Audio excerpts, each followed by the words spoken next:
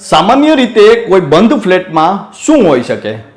તમે કહેશો કે રજના થર જામેલું ફર્નિચર અને અસ્તવ્યસ્ત પડેલો ઘરનો સામાન. પરંતુ તમને જાણીને નવાઈ લાગશે કે એક બંધ ફ્લેટમાંથી મળી આવ્યો છે અધધ કિંમતી ખજાનો. ગુજરાતના ઇતિહાસમાં ન તો તમે આવું ક્યારેય સાંભળ્યું હશે કે ન તો તેની કલ્પના પણ કરી હશે. જી હા, એક બંધ મકાનમાંથી અંદાજિત 100 કિલા જેટલું સોનું, 60 લાખની રોકડ રકમ અને સાથે જ 20 થી 25 ગામનું કરજ ભરાઈ જાય તેટલી કિંમતની ઘડિયાળ. હા, તમે સાચું જ સાંભળ્યું છે કે 3.58 કરોડની કિંમતની ઘડિયાળ પણ મળી આવી છે. નમસ્કાર મિત્રો, હું છું કૃપાલસિંહ જાડેજા અને આખા રાજ્યમાં હડકંપ મચાવનારી આ ઘટના વિશે વિગતે વાત કરીએ. વાત ગુજરાતી પર. આપણે ત્યાં એક ખૂબ સુંદર પંક્તિ છે કે કામધેનુને મળે ના એક સૂકું તણખલું ને લીલાછમ ખેતરો સૌ આખલા ચરી જાય છે. ગરીબોના કુબામાં તેલનું ટીપુય દોહ્યેલું ને શ્રીમંતોની કબર પર ઘીના દીવા થાય છે. જાણે આ જ પંક્તિને સાર્થક કરતી ઘટના અમદાવાદમાં બની છે. જી હા, અમદાવાદના પાલડી વિસ્તારમાં આવેલા એક ફ્લેટ પર એટીએસ અને ડીઆઈઆરની ટીમે દરોડો પાડ્યો હતો. જે દરમિયાન આ ટીમને બંધ ફ્લેટમાંથી 95 કિલો સોનું, 60 લાખથી વધુની રોકડ રકમ અને સાથે જ કરોડો રૂપિયાની મોંઘીદાટ ઘડિયાળ પણ મળી આવી છે. ત્યારે કહેવાય છે કે ગુજરાતના ઇતિહાસમાં સોનાનો આ સૌથી મોટો જથ્થો પકડાયો છે, જેની કિંમત અંદાજિત 87 કરોડ જેટલી થાય છે. ત્યારે સૌ કોઈના મનમાં એક જ સવાલ છે કે આટલું બધું સોનું આવ્યું ક્યાંથી અને તેને કોણ લાવ્યું? ત્યારે એજન્સીઓની તપાસમાં અમદાવાદથી મળી આવેલ આ મુદ્દામાલનું કનેક્શન છેક મુંબઈ સુધી લંબાયું છે. ત્યારે સમગ્ર ઘટનાની શરૂઆતથી જો વાત કરીએ તો બાતમીના આધારે ડીઆરઆઈના અધિકારીઓ છેલ્લા 5 દિવસથી ફેરિયાના સ્વાંગમાં એક ફ્લેટ પર વોચ રાખતા હતા. આ ફ્લેટ પર કયા સમયે કોણ કોણ આવે છે અને કયા વાહનમાં આવે છે તેની દિવસ રાત ચોકસાઈથી નોંધ કરવામાં આવતી હતી. ડીઆરઆઈને જાણવા મળ્યું હતું કે કેટલીક વ્યક્તિઓ ફ્લેટ બંધ હોવા છતાં લગભગ રોજ બેગો લઈને અવરજવર કરતી હતી. ત્યારબાદ ગુપ્ત રાહે કરવામાં આવેલી તપાસમાં જાણવા મળ્યું કે મહેન્દ્ર શાહ અને મેઘ શાહ નામના પિતા પુત્ર કરોડોના આસામી હોવા છતાં પાલડીમાં આવેલ આ ફ્લેટ ભાડે રાખ્યો હતો. દરોડા પહેલા જાણવા મળ્યું કે આ બંધ ફ્લેટની ચાવી એક વકીલ પાસે રહેતી હોય છે, જેથી તેમને બોલાવી ફ્લેટ ખોલાવવામાં આવ્યો અને તેમાં પ્રવેશ કરવામાં આવ્યો. ત્યારબાદ આ ફ્લેટમાંથી અંદાજિત 100 કિલો જેટલા સોનાનો જથ્થો પકડી પાડવામાં આવ્યો હતો.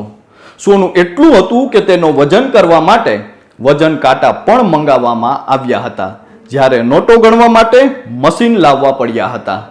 મોડી રાત સુધી અધિકારીઓ દ્વારા આ સ્ટોકની ગણતરી ચાલુ રાખવામાં આવી હતી. મહેન્દ્ર શાહ અને મેઘ શાહ આ ફ્લેટ ક્યારે ભાડે રાખ્યો અને કેટલા સમયમાં ક્યાંથી કેટલું સોનું અને કેટલી રોકડની હેરાફેરી કરી છે તે તમામ વિગતો હાલ શોધાઈ રહી છે. સૂત્રોના જણાવ્યા અનુસાર જપ્ત કરાયેલું મોટા ભાગનું સોનું છેલ્લા એક જ વર્ષમાં ખરીદવામાં આવ્યું હતું. ફ્લેટની એક તિજોરીમાંથી કરોડોના વ્યવહારોની કાચી એન્ટ્રીઓ પણ મળી આવી હોવાની ચર્ચાઓ થઈ રહી છે.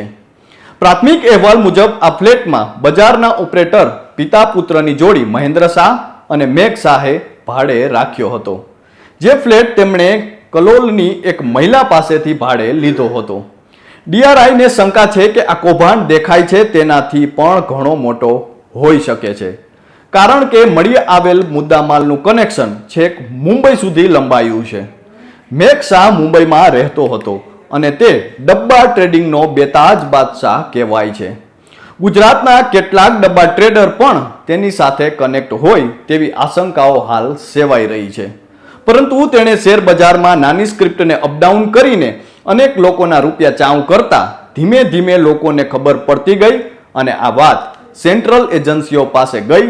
ત્યારબાદ તેના અનેક વ્યવહારો અને વહીવટ વિશે માઇક્રો સ્ક્રીનિંગ કરવામાં આવ્યું હતું, જેમાં મેઘ શાહનું ગુજરાત કનેક્શન સામે આવ્યું હતું અને તેના કેટલાક શંકાસ્પદ કોલ અને પાલડીના એક એડ્રેસનો સતત સ્કેનિંગમાં આવતા આખો ભાંડો સેન્ટ્રલ એજન્સી અને ગુજરાત એટીએસે ફોડી નાખ્યો.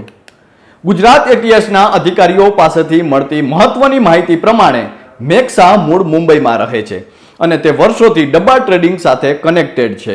અનેક સ્ક્રિપ્ટ ડાઉન કરવા કે પછી અપ લઈ જવા માટે તે મોટો ખેલાડી માનવામાં આવતો હતો. તેણે આવી રીતે અનેક સ્ક્રિપ્ટમાં કરોડો રૂપિયા ભેગા કર્યા હતા અને તે તમામ ટ્રેડિંગ મોટા ભાગે કરાવતો હતો, જેથી ઓનલાઈન ટ્રાન્ઝેક્શન બહુ ખબર પડતી નથી. પરંતુ ધીમે ધીમે રોકડ રકમ વધતી ગઈ. પહેલા તો તેણે સોનું ખરીદવાનું શરૂ કર્યું અને તેણે ધીમે ધીમે કરોડો રૂપિયાનું સોનું ભેગું કરીને તેને સાચવવા માટે શું કરવું તેનો પ્લાન બનાવવાનો શરૂ કર્યો હતો. ભૂતકાળમાં હર્ષદ મહેતા, જેને શેર બજારના અનેક લોકોને રોવડાવ્યા હતા અને તેણે કેટલીક સ્ક્રિપ્ટ સાથે પણ ચેડા કર્યા હોવાની આશંકાઓ હતી, તે જ મોડસ ઓપરેન્ડી મેઘસા હોવાની શક્યતાઓ એટીએસ અને સેન્ટ્રલ એજન્સીને છે. જાણવા મળતી વિગત પ્રમાણે મેઘસાએ પાલડીમાં આ એપાર્ટમેન્ટ 2 નંબરના રૂપિયાથી ખરીદેલું સોનું અને રોકડ રૂપિયા જે હવાલાથી આવ્યા હતા તે સાચવવા માટે રાખ્યો હતો. આ બંને પિતા પુત્ર અમદાવાદમાં મોટા બિલ્ડરો અને જ્વેલર્સને કરોડો રૂપિયા વ્યાજે ધીરતા હતા. પરંતુ રૂપિયાની લેવડ દેવડ કે સોદા હંમેશા ચાની લારી કે ફૂટપાથ પર જ કરવામાં આવતા હતા. આને કારણે વ્યવહારોના કોઈ પુરાવા મળતા ન હતા. પરંતુ ડીઆરઆઈને બંને અંગે ચોક્કસ બાતમી મળી હતી. પિતા પુત્ર મની લોન્ડરિંગમાં પણ સંડોવાયેલા હોવાની શંકા છે. મોડી રાત સુધી દરોડાની કાર્યવાહી ચાલુ રહી હતી. વધુ તપાસમાં હજુ ઘણું બધું પકડાવવાની આશંકા છે. હાલ મહેન્દ્ર શાહ અને મેઘસાના આવકના સ્ત્રોત અંગે પણ તપાસો ચાલી રહી છે. હજુ તેમની પાસેથી ઘણું બધું મળી શકે છે. તપાસ લાંબો સમય સુધી ચાલવાની શક્યતાઓ પણ સેવાઈ રહી છે. જ્યારે આ પિતા પુત્રની જોડી કાળા નાણાં ધોળા કરવા માટે ચોક્કસ કમિશન પર કામ કરતા હોવાની આશંકા પણ વ્યક્ત કરવામાં આવી રહી છે. સાથે જ આ તપાસમાં કેટલાક મોટા નામો પણ બહાર આવી શકે છે અને એક અહેવાલ મુજબ બંને શેરોના ભાવોમાં પણ ચેડા કરતા હતા. સોશિયલ મીડિયા પર ઉપલબ્ધ માહિતી મુજબ જો વાત કરીએ તો મેઘસા પોતે બજાર બાજીગર ગેમ્સ પ્રાઇવેટ લિમિટેડનો ડાયરેક્ટર છે અને મેઘસાએ સોશિયલ મીડિયા પર આપેલી વિગત મુજબ સ્ટોક માર્કેટને પોતાનો રસનો વિષય ગણાવ્યો છે. પોતે જણાવે છે કે સ્ટોક ટ્રેડર્સ તરીકે સ્ટોક માર્કેટમાં પોતાની જર્ની શરૂ કરી અને અનેક કંપનીઓને આગળ વધવા માટે મદદ કરી. હાલ તેણે ભારતની પ્રથમ સ્ટોક માર્કેટ ફેન્ટસી એપ બજાર બાજીગર શરૂ કર્યાનો દાવો પણ કર્યો છે. આ એપ લોકોને એક જ સમયે શીખવા અને કમાવાનું પ્લેટફોર્મ પૂરું પાડતી હોવાનું પણ કહેવાઈ રહ્યું છે. તો મિત્રો, તમને અમારી આ વિશેષ રજૂઆત કેવી લાગી તે કોમેન્ટ કરીને જરૂરથી જણાવજો. તો અત્યારે બસ આટલું જ. ફરી મળતા રહીશું વાત ગુજરાતી પર.